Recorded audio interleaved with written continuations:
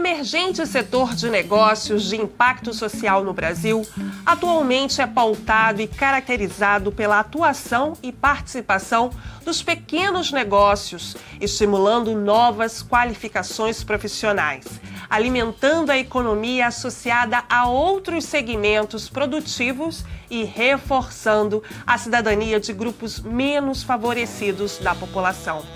O Serviço Brasileiro de Apoio às Micros e Pequenas Empresas, SEBRAE, entende que os negócios de impacto social buscam gerar, por meio da operação do seu próprio core business, impacto social positivo.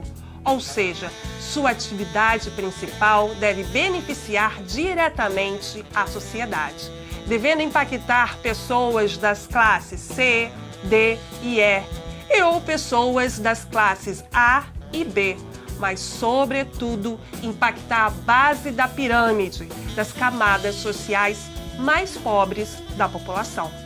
Sejam bem-vindos ao CUTNE na TV. Aonde vocês acham que eu estou agora? Na floresta amazônica ou na savana africana? E se eu te disser que não, nenhum desses? Eu estou aqui no Golfe Olímpico, sim, na Barra da Tijuca, com mais de 1 milhão de metros quadrados, com mais de 600 mil metros de área preservada.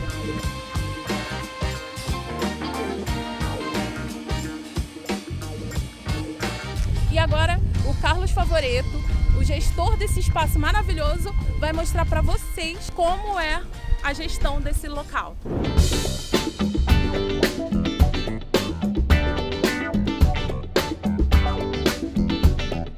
Eu gostaria de saber sobre as contrapartidas sociais que vocês têm em relação às comunidades da região e às periferias que tem aqui no Rio de Janeiro. Nós temos 2 grandes projetos, mas eu vou citar um só, que é o projeto Golfe, Quero Golfe nas escolas.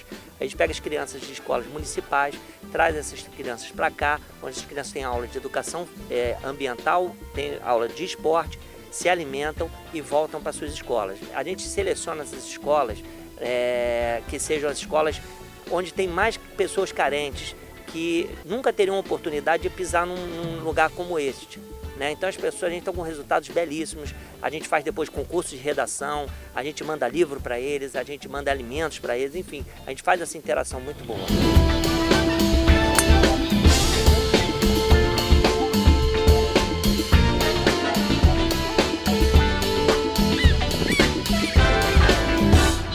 Nossa convidada é graduada em jornalismo, publicidade e propaganda. Possui MBA em mídias sociais, especialização em marketing digital e cultura contemporânea. Foi colunista e repórter de um grande jornal de circulação no Rio de Janeiro, cobrindo o lado positivo de favelas e periferias, onde percebeu um nicho em que poderia ajudar os pequenos projetos. Criou a primeira agência de comunicação que atende exclusivamente ações de impacto social, contabilizando pequenos clientes e grandes organizações, como Conselho Britânico, Brasil Foundation, Favela Mundo e FLUP. Nós vamos conversar com a jornalista, publicitária e empresária Tássia de Carvalho. Tássia, que bacana, que prazer te ter aqui. É maravilhoso estar aqui, quero agradecer primeiramente o convite, né?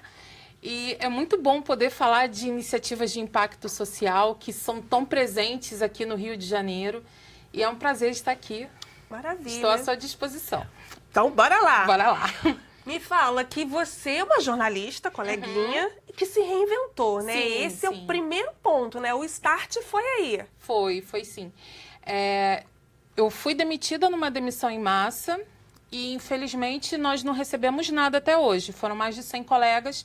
E assim que eu comecei a raciocinar, eu comecei a pensar o que seriam das ações que eu colocava nas páginas do jornal. E eles chegavam em mim com umas pastas desse tamanho, mostrando coisas de 1970, para poder comprovar que aquele projeto existia, que aquela iniciativa realmente era de impacto social. E eu comecei a pensar, gente, mas geralmente o jornalista não tem tempo para poder ler tudo isso, para poder ir atender pessoalmente na redação. Nem é assim que se faz. Eles batiam na porta do jornal.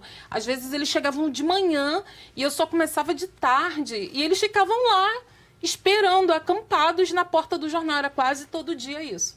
E aí eu comecei a perceber que eu poderia atender essas iniciativas, porque elas eram negligenciadas pelo mercado, ou porque eram em favelas e tem um preconceito meio que imbecil, é um preconceito muito grande com essas organizações que são de periferias.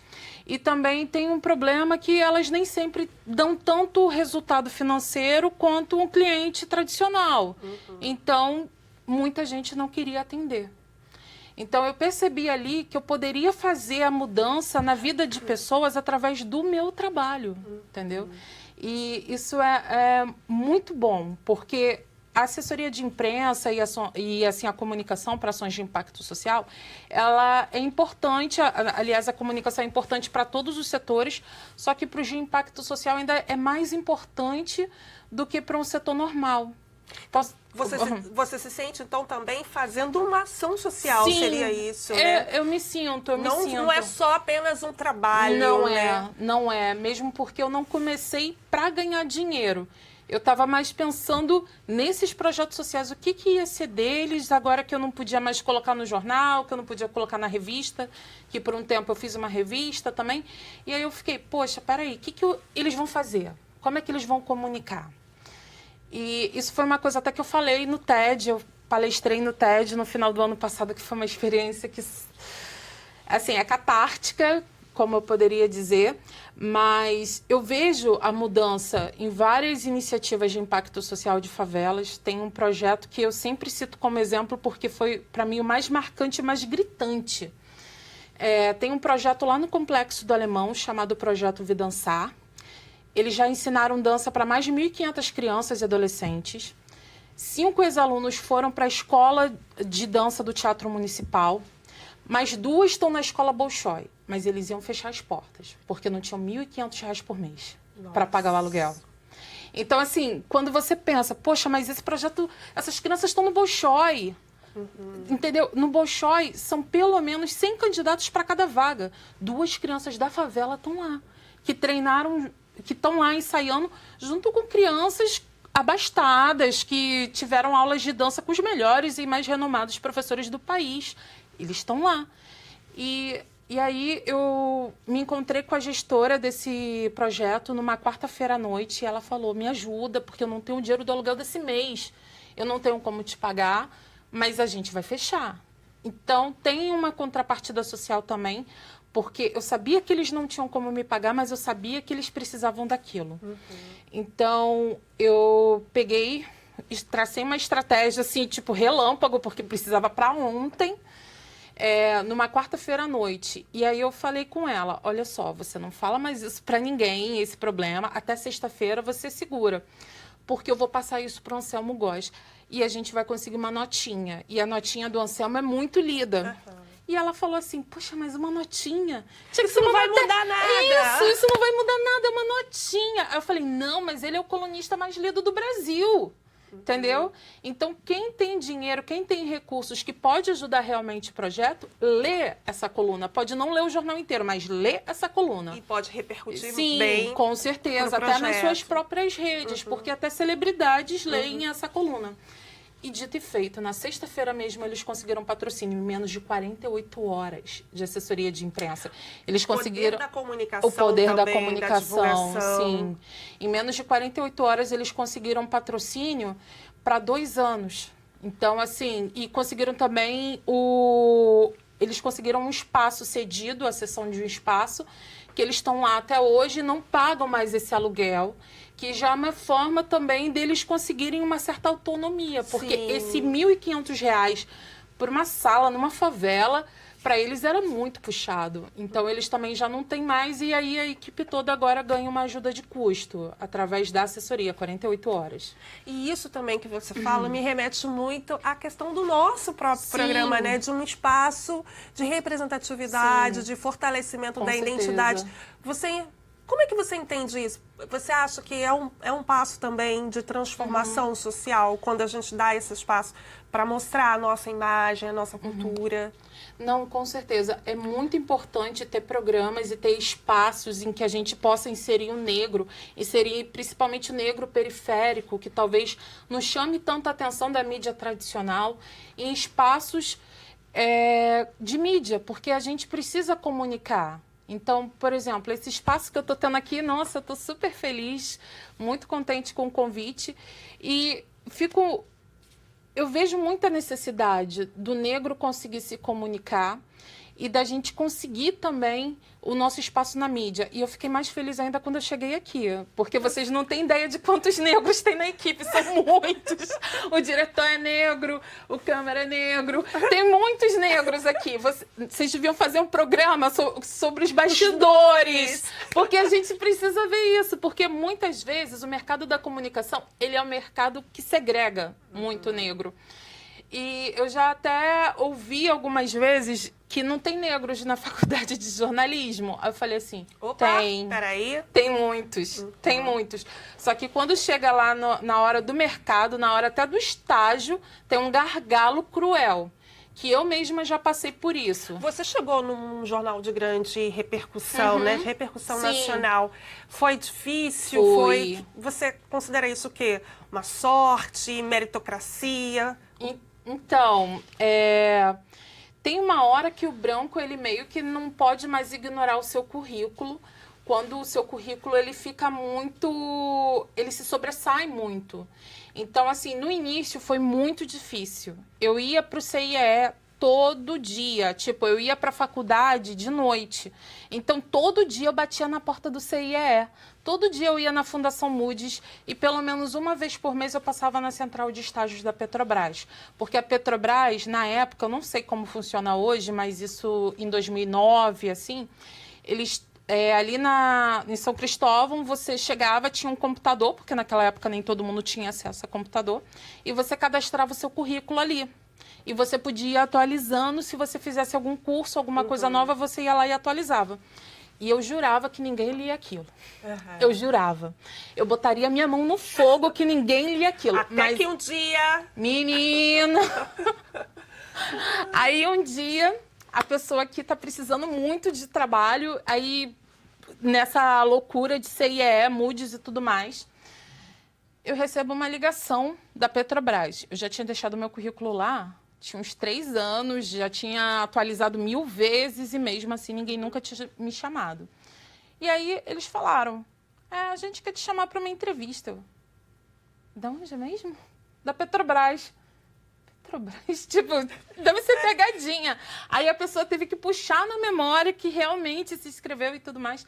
E graças a Deus, assim, foi dali que deslanchou. Mas eles também me falaram que eles analisam 200 currículos para entrevistarem 20 pessoas para escolherem um. Então, assim, para aquela vaga que eu consegui, 199 pessoas, além de mim, foram analisadas ali para aquela oportunidade.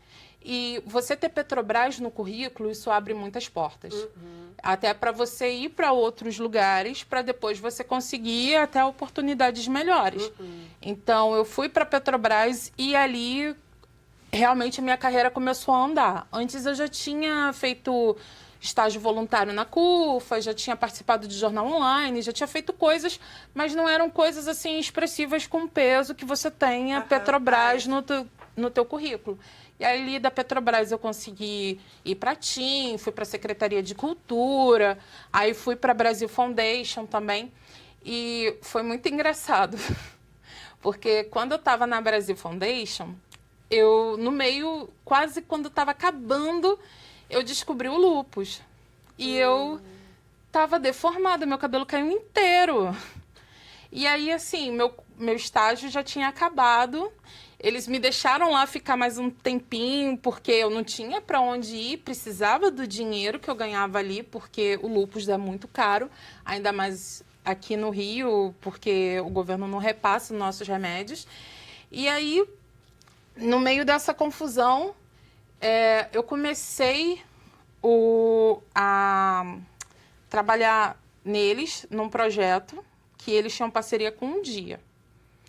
Então, eu comecei o projeto na Brasil Foundation e terminei no dia. Eu meio que mudei de lado no meio do projeto.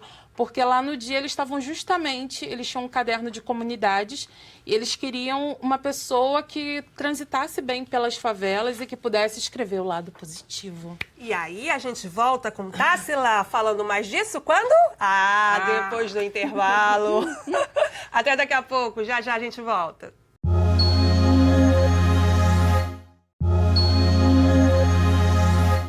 Hoje eu estou conversando com a jornalista e publicitária e empresária Tássia de Carvalho.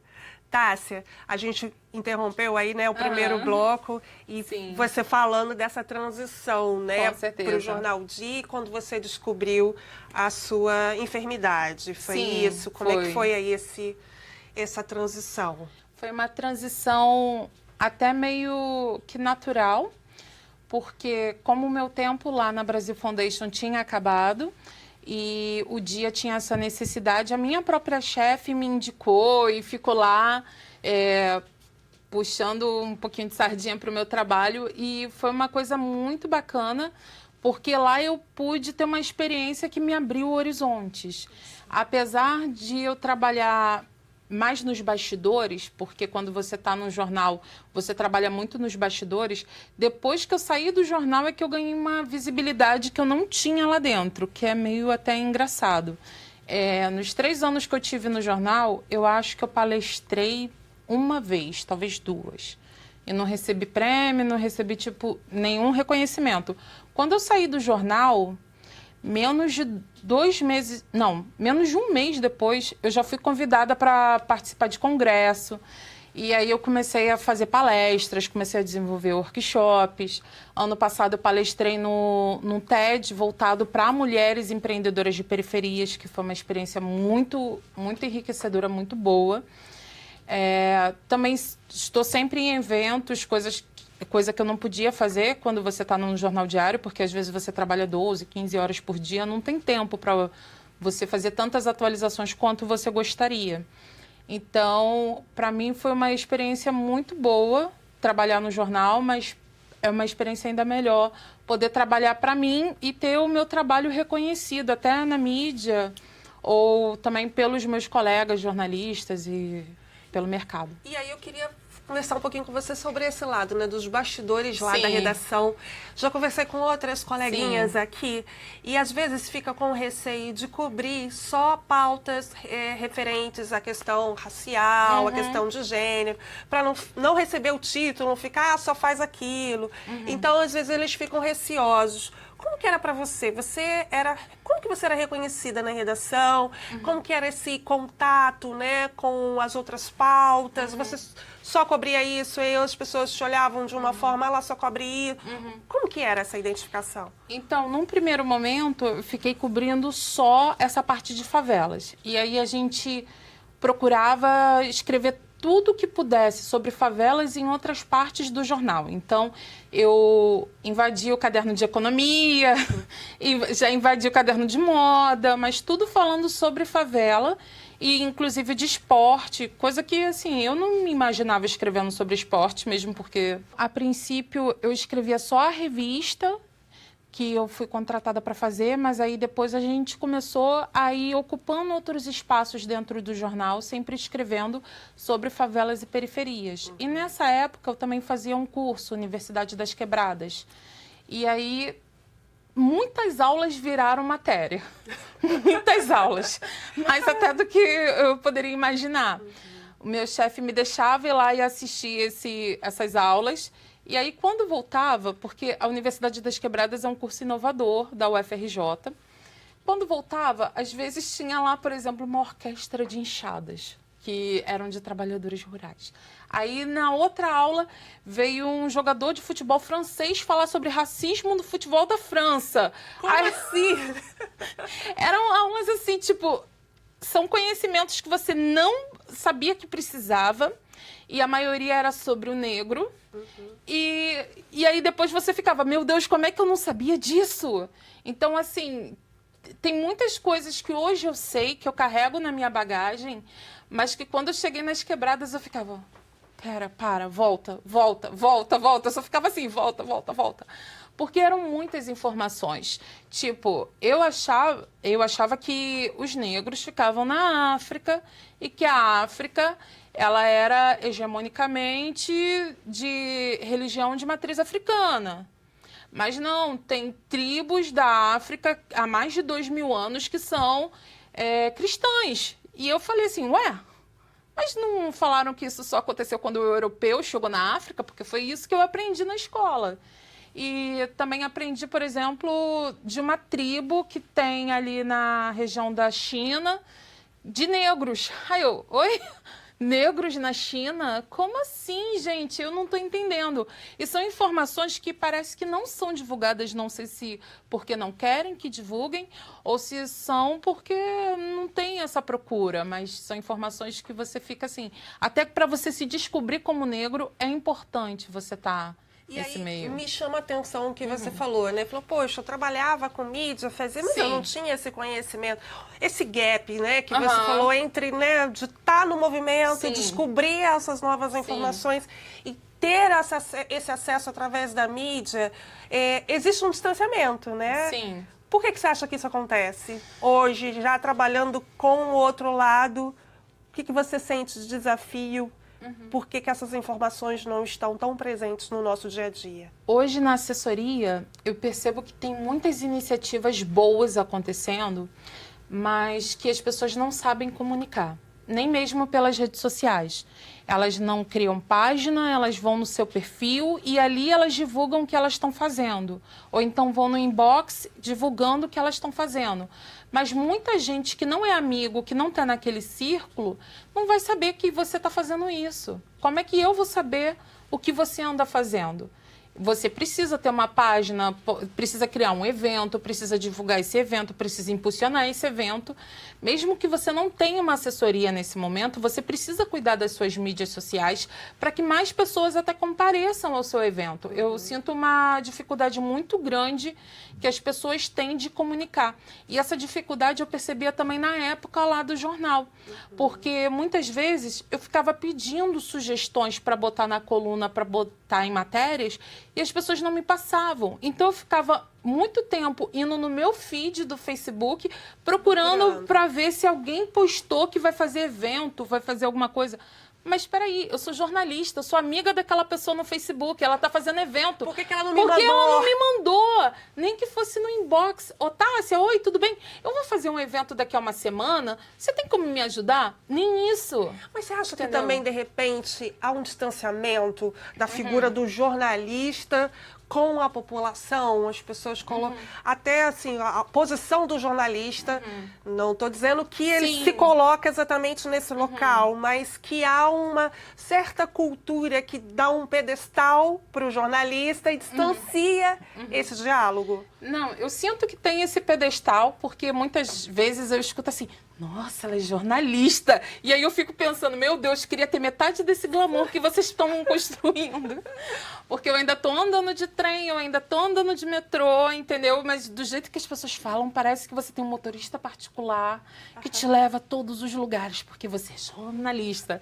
Eu acho que as pessoas têm muito essa imagem, talvez, de apresentador de televisão aberta, que são os mais famosos, que talvez até tenham isso, mas nós somos pessoas normais, você sabe disso, né? Porque você também é jornalista. Então, nós somos pessoas normais. E eu botava no meu Facebook, por favor, alguém sabe de algum evento? E a pessoa nem mesmo assim ia lá e me comunicava desse evento.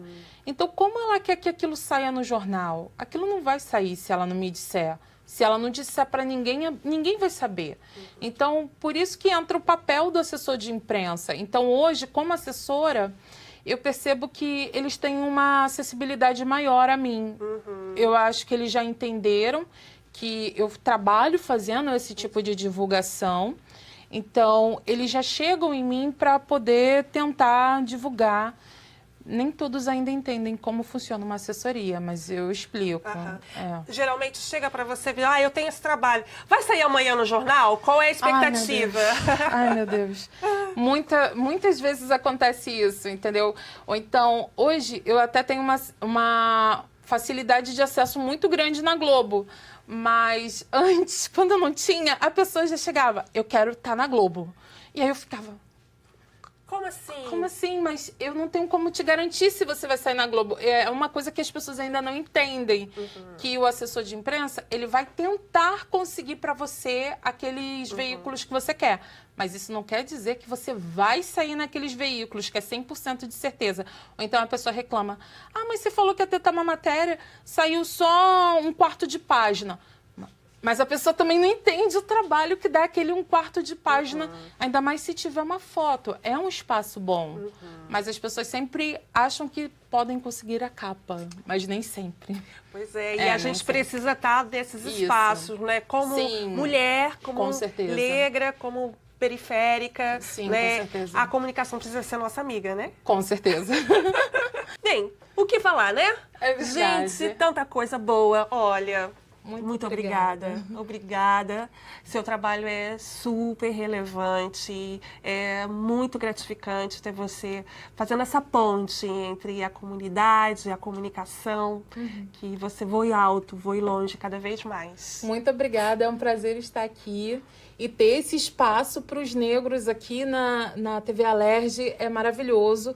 Que isso seja replicado em vários outros canais, porque a gente precisa. Nós somos 54% da população e nós precisamos estar na mídia 54% também.